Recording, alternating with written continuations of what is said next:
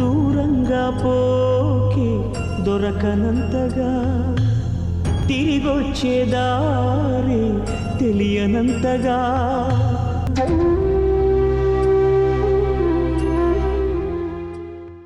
రేకుర్తిలోని పెంటకమ్మ చెరువులో శుక్రవారం సాయంత్రం పెంపుడు కుక్కను కాపాడబోయి శ్రీనిధి అనే బాలిక ప్రమాదవశాత్తు చెరువులో పడి మృతి చెందింది. దీంతో ఆ కుటుంబంలో విషాద ఛాయలు అలుముకున్నాయి. అయితే శుక్రవారం సాయంత్రం శ్రీనిధి అనే బాలిక పెంపుడు కుక్కను తీసుకుని వచ్చి ఇదే గ్రౌండ్లోకి వచ్చి పెంపుడు కుక్కతోని ఆడుకుంటుంది. ఈ క్రమంలో ఒక్కసారిగా ఆ పెంపుడు కుక్క కాస్త ఈ చెరువు వైపు పరిగెత్తుకుంటూ వచ్చింది.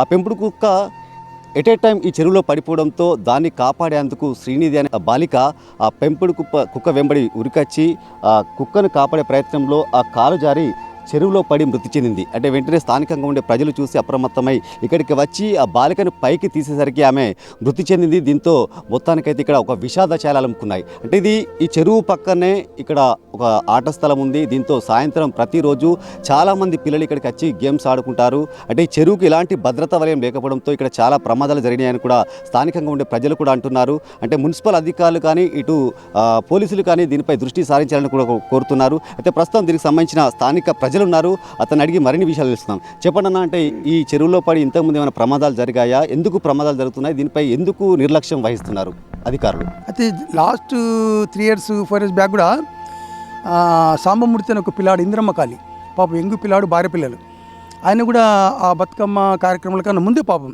ఈ చెరువులో పడి చనిపోయాడు. సాంబరాజు అతని పేరు.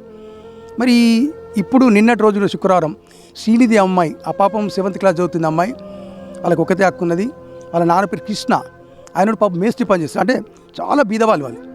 అంటే ఈ విధంగా ఈ 5 సంవత్సరాల లోపలే ఇద్దరు చనిపోవడం జరిగింది.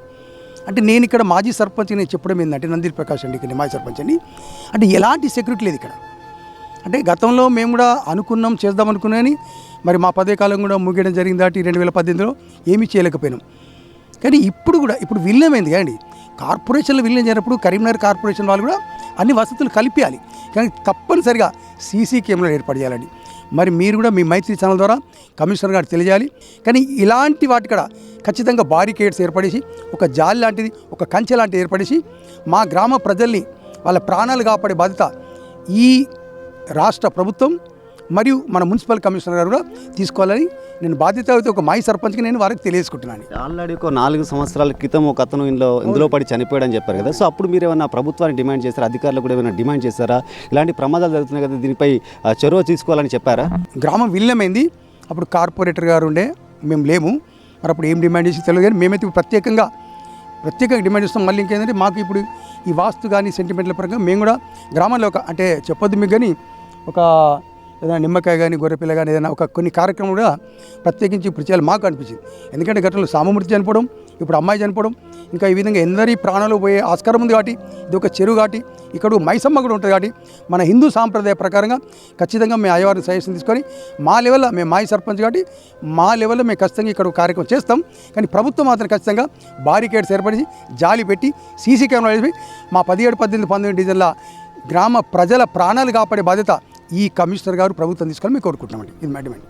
సో చూశారు కదా, మొత్తానికైతే ఈ 17, 18, 19 డివిజన్ల నుంచి వెళ్ళి చాలామంది పిల్లలు ఇదే గ్రౌండ్కి వచ్చి సాయంత్రం వేళల్లో ఇటు క్రికెట్ కానీ చాలా ఆటలు ఆడుతుంటున్నారు. ఈ క్రమంలో ఇక్కడ చెరువుకి ఇలాంటి ఫెన్సింగ్ లేకపోవడంతో చాలా ప్రమాదాలు జరిగే అవకాశం ఉందని వీళ్ళు చెప్తున్నారు. దీంతో పాటుగా అంటే ఇప్పటికే ఆల్రెడీ సామమూర్తి అనే వ్యక్తి ఇందులో పడి చనిపోయాడు. అదేవిధంగా శుక్రవారం సాయంత్రం శ్రీనిధి అనే బాలిక కూడా చనిపోయింది. ఇప్పటికే అధికారులు కళ్ళు తెరిచి ఖచ్చితంగా ఈ యొక్క చెరువుకు ఒక ఫెన్సింగ్ ఏర్పాటు చేయాలి, ఇక్కడ సీసీ కెమెరాలు కూడా ఏర్పాటు చేసి మరొక ప్రమాదం జరగకుండా కూడా వాళ్ళ అధికారులు చర్యలు తీసుకోవాలని కూడా డిమాండ్ చేస్తున్న పరిస్థితి నెలకొంది. వీడియో జర్నలిస్ట్ అనిల్తో శ్రీనివాస్, మైత్రి ఛానల్, రేకుర్తి నుండి. దూరంగా పోకి దొరకనంతగా తిరిగొచ్చే దారి తెలియనంతగా